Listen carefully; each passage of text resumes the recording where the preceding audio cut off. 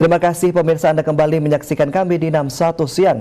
Informasi selanjutnya hadir dari proyek transportasi massal di Kota Makassar, Sulawesi Selatan yang gagal.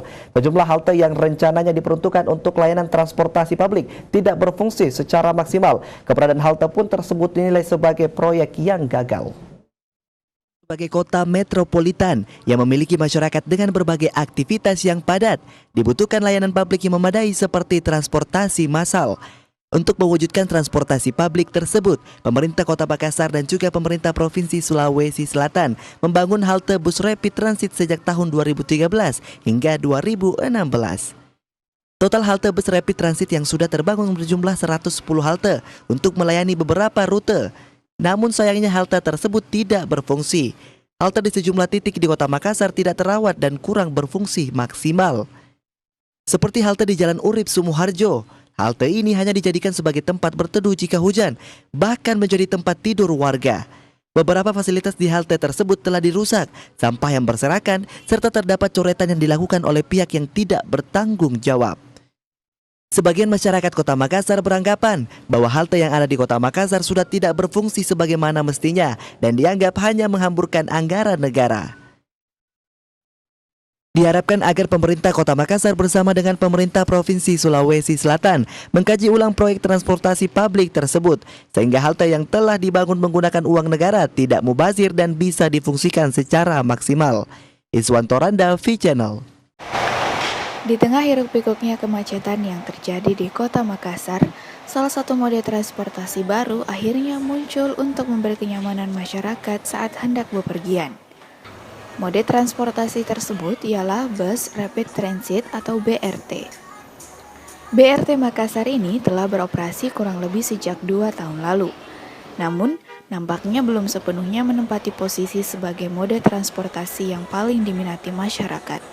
Padahal jika dilihat dari fasilitas dan kenyamanannya, begitu menjamin para penumpang untuk sampai di tujuan dengan selamat.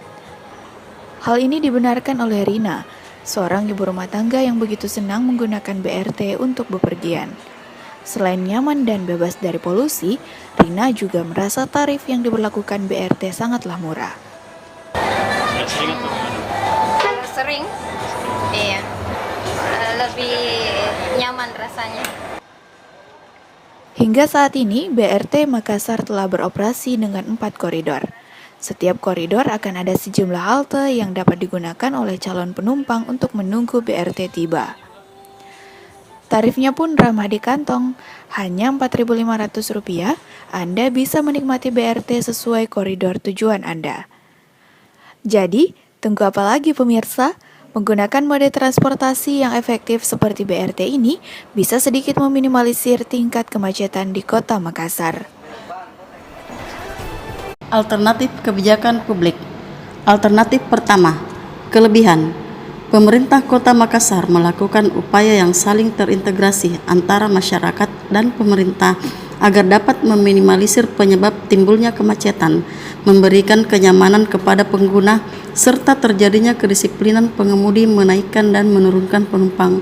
Akhirnya pemerintah membangun BRT, Bus Rapid Transit di Kota Makassar yang dikenal dengan Bus BRT Maminasata. Kekurangan, fungsi halte yang merupakan tempat naik turunnya penumpang seharusnya aman dan nyaman, namun realita yang ada di beberapa halte menjadi kotor dan rusak yang disebabkan oleh ulah masyarakat kita sendiri yang tidak memfungsikan BRT. Masyarakat enggan untuk menggunakan BRT Maminasata. Masalah lainnya, berdasarkan temuan di lapangan, masalah pembangunan halte yang dilakukan tidak berbanding lurus pada program ini. Pembangunan halte yang terus dilakukan mulai dari tahun 2013 hingga 2017. Namun, halte yang telah tersedia di beberapa koridor menjadi tidak berfungsi lagi karena pengurangan BRT Maminasata pada beberapa koridor.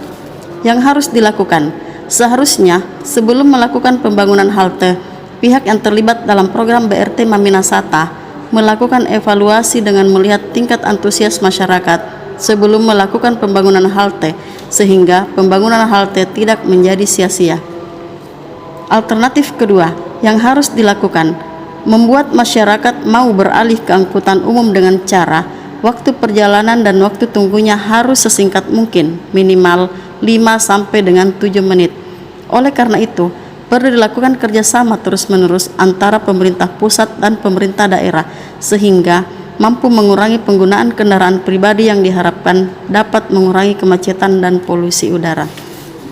Permasalahannya adalah sejak beroperasinya BRT hingga saat ini terjadi pengurangan armada. Hal ini dikarenakan minat masyarakat masih sedikit untuk beralih menggunakan BRT Maminasata yang menyebabkan ketidakseimbangan antara biaya operasional bus dan pemasukan sehingga terjadi kerugian pada Perum Damri selaku pengelola BRT Maminasata.